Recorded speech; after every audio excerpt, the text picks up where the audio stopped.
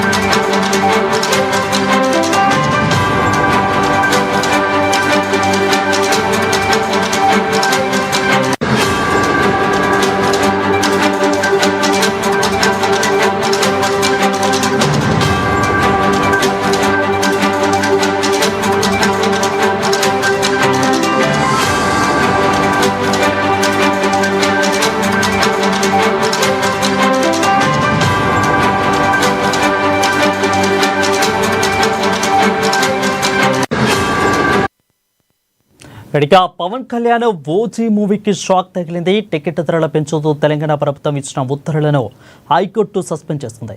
Benefit show ధరలు ticket ధరలు కూడా పెంచొద్దంటూ కోర్టు స్పష్టం చేసింది. ఇక మేరకు జస్టిస్ ఎన్వి శ్రవణ్ కుమార్ ఉత్తర్వులను జారీ చేశారు. దీనిపై మరింత సమాచారం అందించేందుకు మా ప్రతినిధి అశోక్ పల్లిలో సిద్ధంగా ఉన్నారు. అశోక్, చెప్పండి.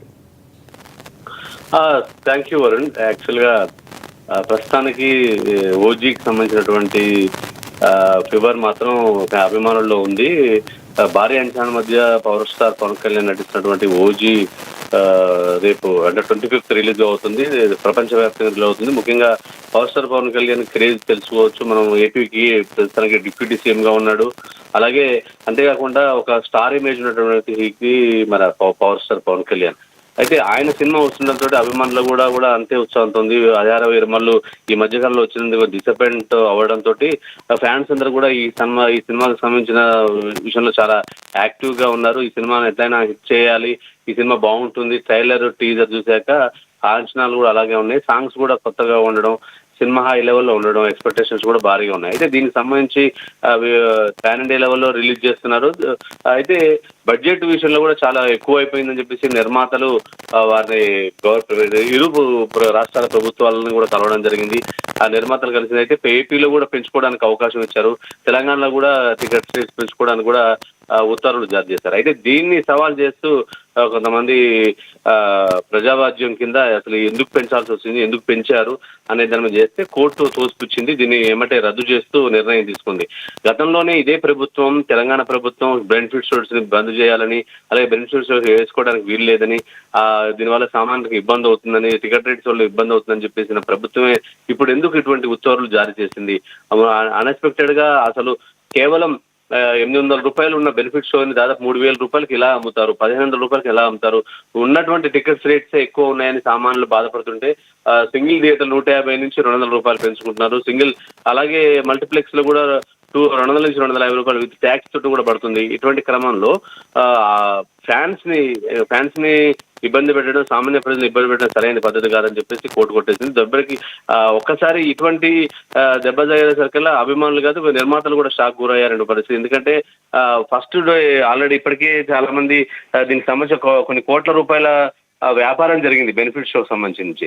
దీంతో టికెట్స్ కొన్నటువంటి వ్యక్తులు కావచ్చు, టికెట్స్ అమ్మినటువంటి వ్యక్తులు కావచ్చు, ఇప్పుడు అంతా కూడా ఒక డోలాయమానంలో పడిపోయారు.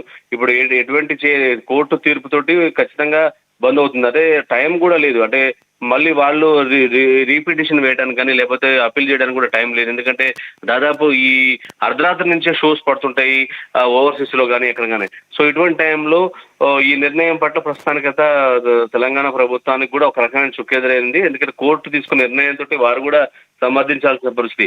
అయితే కోర్టు కూడా ఇటువంటివి చేసేటప్పుడు ఏ ప్రాతిపదికన చేస్తున్నారు, ఎందుకు చేస్తున్నారు, కొన్ని సినిమాలకి ఎందుకు పెంచుతున్నారు, కొన్ని మిగతా సినిమాలకు ఎందుకు ఇవ్వట్లేదు అనేది కూడా ప్రశ్నించడం జరిగింది. దీనికి సంబంధించిన ప్రస్తుతానికి ఈ తీర్పుతోటి ఒక్కసారిగా నిర్మాతలు అవాక్కైనటువంటి పరిస్థితి ఉంది.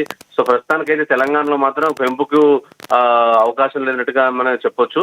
మరి ఏపీలో మాత్రం ఈ ప్రస్తుతానికి పెంపు ధరలకు మాత్రం అవకాశం ఉన్నట్టు మనకు కనిపిస్తుంది. Varun, thank you for the clear updates.